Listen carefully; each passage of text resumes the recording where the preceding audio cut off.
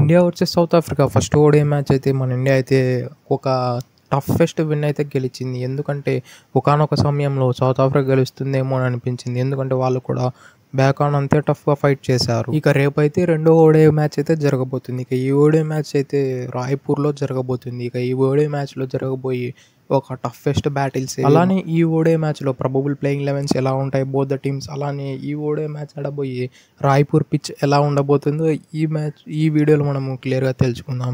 ఇక first thing first అన్నట్టు వీళ్ళిద్దరి మధ్యన హెడ్ టు హెడ్ స్టాట్స్ చూసుకున్నట్లయితే ఓడిఐ మ్యాచెస్లో ఇప్పటివరకు 95 మ్యాచెస్ ఆడితే అందులో India 41 matches, South Africa 51, no రిజల్ట్గా అయితే 3 మిగిలిపోయాయి. ఇదైతే ఒక టఫెస్ట్ బ్యాటిల్ అని చెప్పుకోవచ్చు. అందులో 95 మ్యాచెస్లో ఆల్మోస్ట్ సౌత్ ఆఫ్రికా అయితే డామినెన్స్ అంటే ఏందో చూపించింది. ఇక రేపు ఆడబోయే రాయ్పూర్ మ్యాచ్లో చూసుకున్నట్లయితే ఈ పిచ్లో మన ఇండియా మాత్రం ఒకే ఒక ఓడిఐ మ్యాచ్ ఆడింది. అది న్యూజిలాండ్ అగైనెస్ట్గా అయితే ఆడింది. ఈ మ్యాచ్ అయితే మన ఇండియా సునాయాసంగా గెలిచింది. ఆ మ్యాచ్ అయితే ఒక లో స్కోరింగ్ మ్యాచ్గా కొనసాగింది. ఏకంగా న్యూజిలాండ్ అయితే కేవలం 108 రన్లకే ఆల్అవుట్ చేసి మన ఇండియా అయితే సునాయాసంగా 2 వికెట్లు కోల్పోయి 8 వికెట్ల తేడాతో ఘన విజయాన్ని అయితే సాధించింది ఆ మ్యాచ్లో. ఇక ఈ మ్యాచ్ విషయానికి వస్తే ఇప్పటివరకు వస్తున్న పిచ్ ప్రెడిక్షన్స్ ప్రకారం అయితే ఈ పిచ్ అయితే కొంచెం న్యూట్రల్గా ఉండబోతుందట.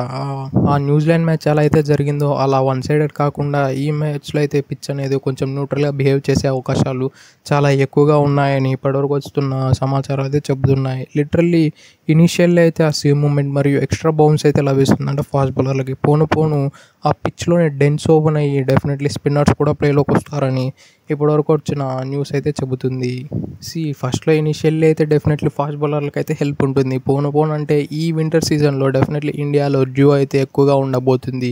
మనం రీసెంట్గా చూసినప్పుడు ఫస్ట్ మ్యాచ్లో కూడా చాలా వరకు డ్యూ వచ్చి సెకండ్ ఇన్నింగ్స్లో ఆల్మోస్ట్ సౌత్ ఆఫ్రికా మన ఇండియాని ఓడిస్తుందేమో అన్న రేంజ్లో పర్ఫామ్ చేశారు. కాబట్టి డ్యూ వచ్చి స్పిన్నర్లను డెఫినెట్లీ బ్యాక్ ప్రెజర్ పెడుతుందేమో నాకు అనిపిస్తుంది. ఇఫ్ ఇన్ కేస్ డ్యూ వచ్చిందంటే స్పిన్నర్లకు చేతిలో బాల్ గ్రిప్ కాదు. ఇది బాల్ గ్రిప్ కాకుండా వాళ్ళు ప్రాపర్గా రిలీజ్ చేయలేరు. వాళ్ళు అనుకున్న లెంత్లో కూడా బాల్ పడదు. కాబట్టి బ్యాటర్లకు ఈజీగా ఆ స్మాష్ చేసే అడ్వాంటేజెస్ అయితే దొరుకుతుంది.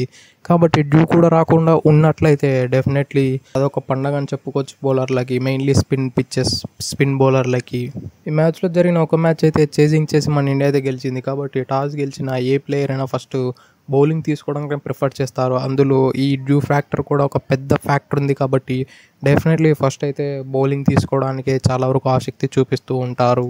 ఇక మన ఇండియన్ టీం విషయానికి వస్తే చాలా కన్సిస్టెంట్గా చాలా అగ్రెసివ్ అప్రోచ్ అయితే కనిపిస్తుంది. మెయిన్లీ విరాట్ కోహ్లీ లాంటి దిగ్గజ ప్లేయర్ అయితే చాలా అగ్రెసివ్ నాకు ఆడుతున్నారు. అతడు ఇటువంటి అగ్రెసివ్ అప్రోచ్ అయితే నాకు తెలిసినంత వరకు ఇంతకుముందు ఎప్పుడే కానీ తీసుకోలేదు. కోర్స్ మీరు ఓవరాల్ చూసుకున్నట్లయితే 130+ స్ట్రైక్ రేట్స్ అయితే చాలా సందర్భాలలో మెయింటైన్ చేశాడు. కానీ ఇనీషియల్లీ వచ్చిన పవర్ ప్లేలోనే 2-3 సిక్స్లు కొట్టి అంత అగ్రెసివ్ అప్రోచ్ చార్జ్ ఆన్ చేసిన రోజులైతే చాలా తక్కువగా ఉన్నాయి. కాబట్టి డిఫరెంట్ విరాట్ కోహ్లీని చూస్తున్నాం మనం. అలానే రోహిత్ శర్మ కూడా డిఫరెంట్ రోహిత్ శర్మని చూస్తున్నాం. ఓల్డ్ రోహిత్ శర్మ ఎలా అయితే ఇనీషియల్లీ కొంచెం స్టార్ట్ తీసుకుంటున్నాడు, సేమ్ అలానే కొంచెం స్టాండ్ తీసుకుని ఆ తర్వాత అతనికి ఐ సెట్ అయిన తర్వాత కొంచెం బ్యాట్ని స్వింగ్ చేయడం మొదలు పెడుతున్నాడు. మన ఇండియాకి ఏమన్నా డిసడ్వాంటేజ్ ఉందా అంటే అది middle order batting. Virat Kohli మరియు రోహిత్ శర్మ తప్ప ఎవరే కానీ మిడిల్ ఆర్డర్లో పర్ఫామ్ చేయలేదు. ఆ తర్వాత వచ్చిన డౌన్ ద ఆర్డర్ వచ్చిన కేఎల్ రాహుల్, రవీంద్ర జడేజా తప్పితే మిడిల్లో రుతురాజ్ గైక్వాడ్ అలానే వాషింగ్టన్ సుందర్ లాంటి ప్లేయర్స్ అయితే అసలు పర్ఫామే చేయడం లేదు. వీళ్ళిద్దరు కూడా పర్ఫామ్ చేయకుంటే వీళ్ళ టాప్ 4 ప్లేయర్స్ ఎవరైతే ఉన్నారో మన ఇండియాకి వాళ్ళపైన చాలా వరకు ప్రెజర్ పడే అవకాశాలు ఉన్నాయి. విరాట్ కోహ్లీ, రోహిత్ శర్మ పైన అయితే ఇంకా రెస్పాన్సిబిలిటీస్ మళ్ళీ వాళ్ళపైన వచ్చే విమర్శల వల్ల వాళ్ళపైన ఎక్స్ట్రా యాడెడ్ ప్రెజర్ అయితే డెఫినెట్లీ ఉంటుంది. అలానే మన బౌలింగ్ యూనిట్ కూడా చూసుకున్నట్లయితే చాలా బ్రిలియంట్గా పర్ఫామ్ చేశారు. ఈ బౌలింగ్ యూనిట్తో మ్యాచ్ గెలవడం చాలా కష్టమని చాలా వరకు అనుకున్నారు. కానీ ఆ బౌలింగ్ యూనిట్ అయితే ప్రూవ్ చేసింది. మెయిన్లీ కుల్దీప్ యాదవ్ అతను 4 వికెట్లతో అతనైన బౌలింగ్ ఏదో చూపించారు. మెయిన్లీ అందరము ఇప్పటివరకు ట్రోల్ చేసిన హర్షిత్ రాణా అయితే అద్భుతమైన బౌలింగ్ వేశాడని చెప్పుకోవచ్చు. ఇనీషియల్లీ ఒకే ఓవర్లో 2 వికెట్లు తీసి రియాన్ రికల్టన్ మరియు క్వింటన్ డికాక్ లాంటి దిగ్గజ ప్లేయర్లని అవుట్ చేసి పంపించాడు. మెయిన్లీ క్వింటన్ డికాక్కి మన ఇండియా కండిషన్స్లో చాలా మంచి రికార్డ్స్ ఉన్నాయి.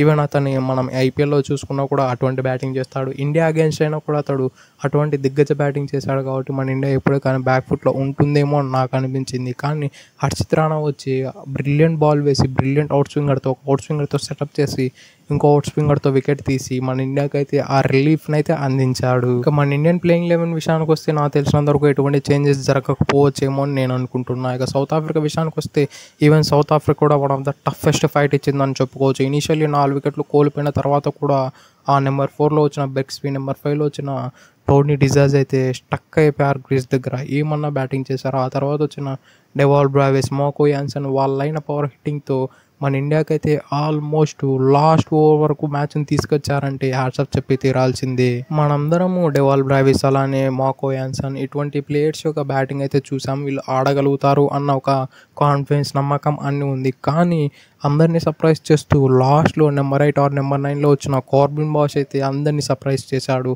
అసలు ఏమన్నా బ్యాటింగ్ చేశాడు. ఆల్మోస్ట్ 57 రన్లు కొట్టి అతనైనా బ్యాటింగ్తో ప్రతి బాల్ ఆల్మోస్ట్ 6 కొట్టేలాగా పవర్ హిట్టింగ్తో అతడైతే మన ఇండియాకు ఆల్మోస్ట్ నోట్లోంచి మ్యాచ్ని అయితే లాగేసుకోబోయాడు. ఇక సౌత్ ఆఫ్రికా ప్లేయింగ్ 11లో ఏమైనా చేంజెస్ జరగచ్చా అంటే నాకు తెలిసినంతవరకు వాళ్ళు కేశవ్ మహారాజ్ని అలానే తెంబా బహుమాని బ్యాక్ తెచ్చే అవకాశాలు ఉన్నాయి. వీళ్ళిద్దరు ప్లేస్లలో అయితే డెఫినెట్లీ ఒకరైతే టోనీ డిజాజీ అలానే సుబ్రెయిన్ అయితే పక్కన పెట్టే అవకాశాలు చాలా ఎక్కువగా ఉన్నాయి. ఎందుకంటే Keshav Maharaj one of the greatest left arm spinner. అతన్ని బెంచ్ పైన పెట్టారంటే ఒక సిల్లీ రీజన్తో అది ఇండియన్ ప్లేయింగ్ 11లో ఎక్కువ మంది లెఫ్ట్ హ్యాండర్స్ ఉన్నారని ఇదైతే చాలా సిల్లీ రీజన్ చెప్పుకోవచ్చు. కాబట్టి డెఫినెట్లీ అతన్ని ప్లేయింగ్ 11లోకి తీసుకొచ్చే అవకాశాలు చాలా ఎక్కువగా కనిపిస్తూ ఉన్నాయి.